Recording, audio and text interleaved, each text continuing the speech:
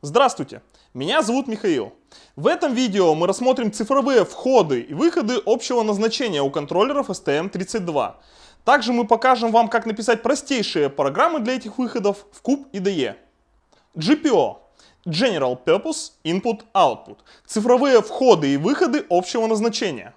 За этой сложной аббревиатурой скрывается один из основных механизмов работы любого современного микроконтроллера. Для тех, кто только начинает осваивать микроконтроллеры, скажем: цифровой вход – это устройство, считывающее напряжение на ножке и имеющее два состояния. Включено, когда уровень напряжения превысил пороговый, и выключено. Цифровой выход – это устройство, которое по команде из программного кода открывается или закрывается с соответствующим изменением уровня напряжения. Встает вопрос: зачем же нужны цифровые входы и выходы? Они играют важнейшую роль в привязке контроллера к датчикам и исполнительным устройствам.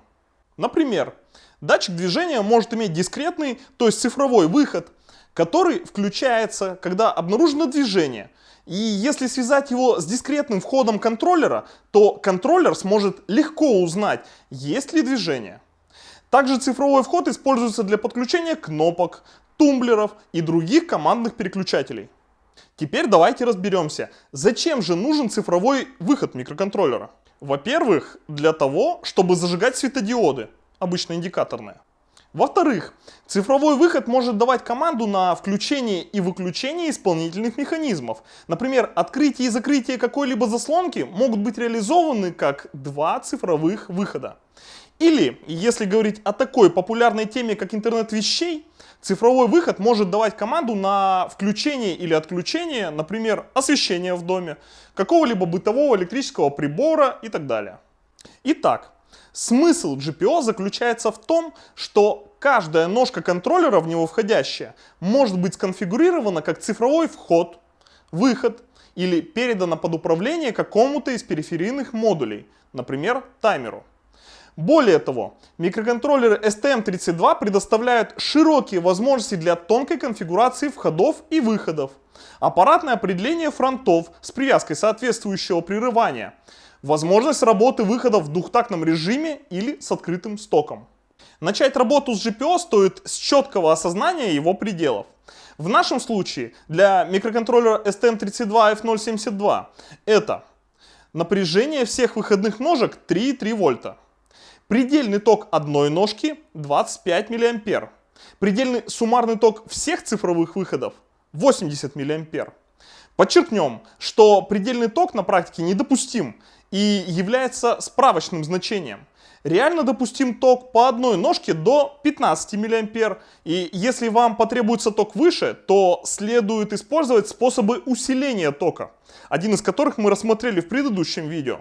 Другие обязательно мы рассмотрим в следующих роликах. Напряжение входных ножек 3,3 вольта. Часть ножек имеет особенность – возможность выдерживать до 5 вольт входного напряжения без повреждения. Какие конкретно это ножки, можно узнать из документации на контроллер. Ограничен не только выходной ток ножек, но и предельная допустимая емкость на них, зависящая от частоты переключения. Теперь, когда вы понимаете ограничения, с которыми вам придется столкнуться, давайте поговорим о приятном. О том, как организована работа с GPO. В контроллерах STM32 GPO организованы в блоке по 16 ножек. На вашем конкретном микроконтроллере могут быть выведены вовсе не все. Это приводит к следующему формату наименований. PA13 – пин блока А номер 13. Отметим, что нумерация начинается с нуля, поэтому последняя ножка имеет название номер 15. Каждая ножка, помимо режимов цифрового входа и выхода, может иметь до 16 альтернативных функций, при которых она меняет свои свойства, переходит под управление какого-то из периферийных модулей. Каждая ножка GPO имеет следующие варианты работы как цифровой вход. Внутренняя подтяжка к высокому уровню сигнала. На практике это означает, что при отсутствии управляющего сигнала ножка будет иметь на входе не помехи, а высокий уровень сигнала. Внутренняя подтяжка к низкому уровню сигнала. И отсутствие внутренней подтяжки. Цифровой выход, несмотря на кажущуюся простоту, тоже имеет два режима работы. Это двухтактный режим. Два внутренних транзистора подсоединяют ножку к низкому и высокому уровням. И режим работы с открытым стоком. Активен только один транзистор, обеспечивающий низкий уровень сигнала. Высокий уровень сигнала обеспечивается благодаря подтяжке резистором к сигналу высокого уровня. Данный режим используется для генерации сигналов, отличных от 3,3 вольт и в применениях, требующих точных значений подтяжечных резисторов. Все представленные нами схемы внутреннего устройства цифровых входов и выходов взяты из даташита на микроконтроллер. Схемы перерисованы для большей наглядности. Каждая ножка микроконтроллера требует отдельной настройки в программе.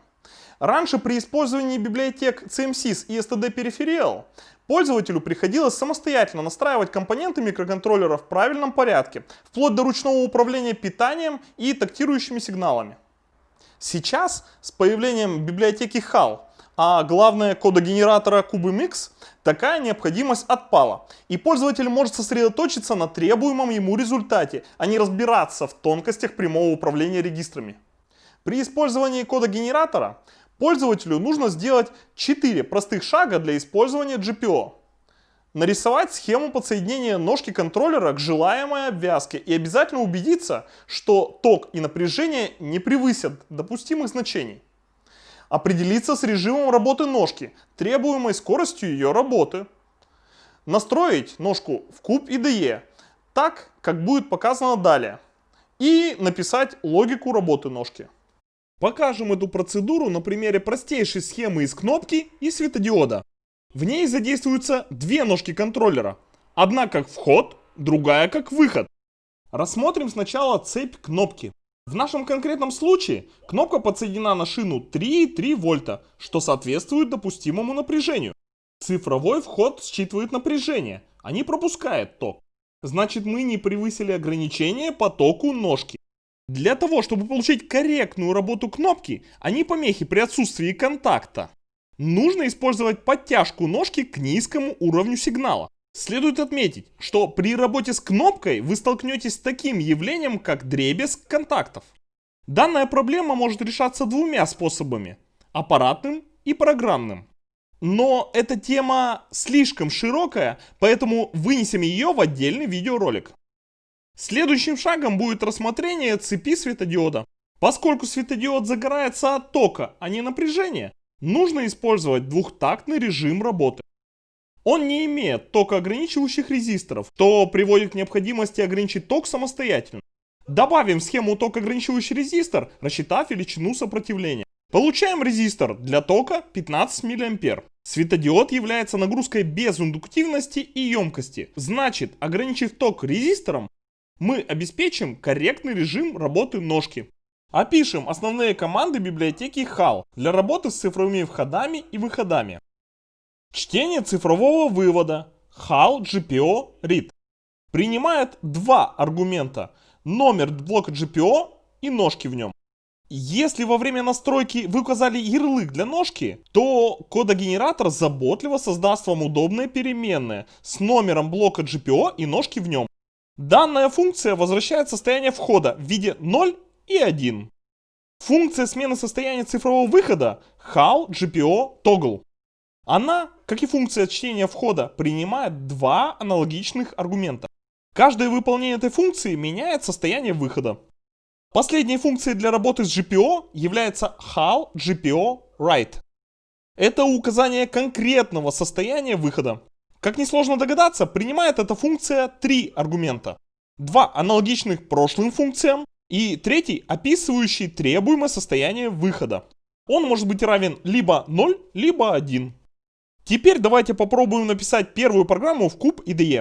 Поставим себе следующие задачи. Первая. Нажимаем на кнопку, светодиод загорается. Вторая будет посложнее. Нажимаем на кнопку, светодиод загорается. Второй раз нажали, светодиод гаснет.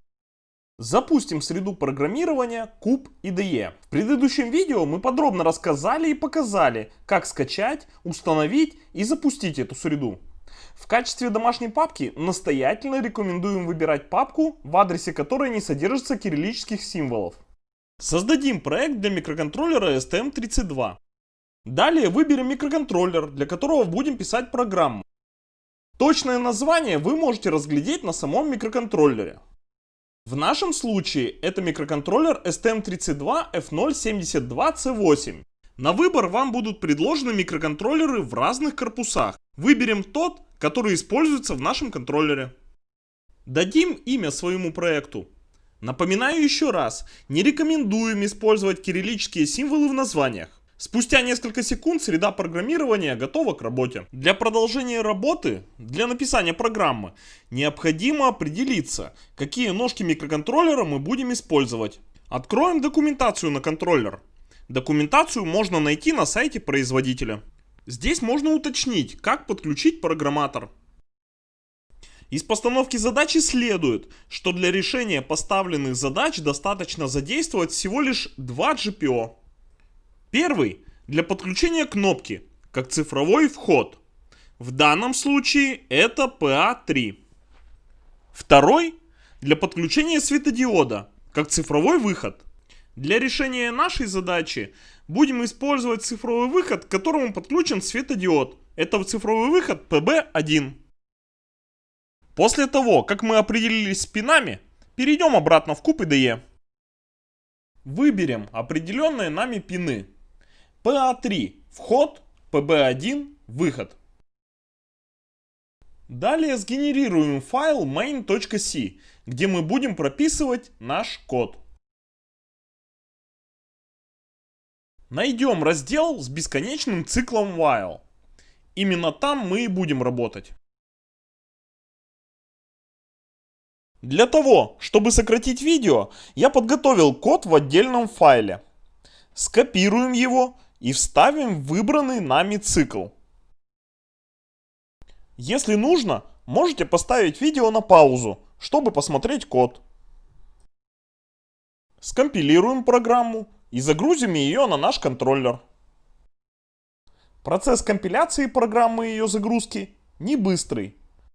Нужно подождать несколько секунд. Индикационные светодиоды на программаторе покажут вам, когда закончится загрузка программы. Протестируем нашу программу. При нажатии на кнопку светодиод должен загораться. При отпускании кнопки светодиод должен гаснуть. Все выполняется корректно. Для решения второй задачи проделаем ту же процедуру. Цифровой вход и выход микроконтроллера оставим прежними. Перейдем обратно в файл с программой. Заменим предыдущий код на новый, который я заранее подготовил. Скопируем его и вставим в бесконечный цикл while. При этом необходимо удалить старую программу. Если необходимо, вы можете поставить видео на паузу, чтобы внимательно рассмотреть код. Для корректной работы программы необходимо объявить переменные, которые используются в коде. Это две переменные типа integer. Button_pref, что означает предыдущее состояние кнопки, и button_cur, что означает текущее состояние кнопки. Начальное значение переменных 0. Скомпилируем программу и загрузим ее на микроконтроллер. Дождемся загрузки программы на контроллер и проверим ее. При нажатии на кнопку светодиод должен загораться. При повторном нажатии на кнопку светодиод должен гаснуть. Контроллер с нашей программой работает корректно. В следующем видео мы рассмотрим такую интересную функцию, как UART, с помощью которой вы можете связывать свой контроллер с вашим компьютером. Спасибо за внимание, подписывайтесь на наш канал, оставляйте свои комментарии. Пока!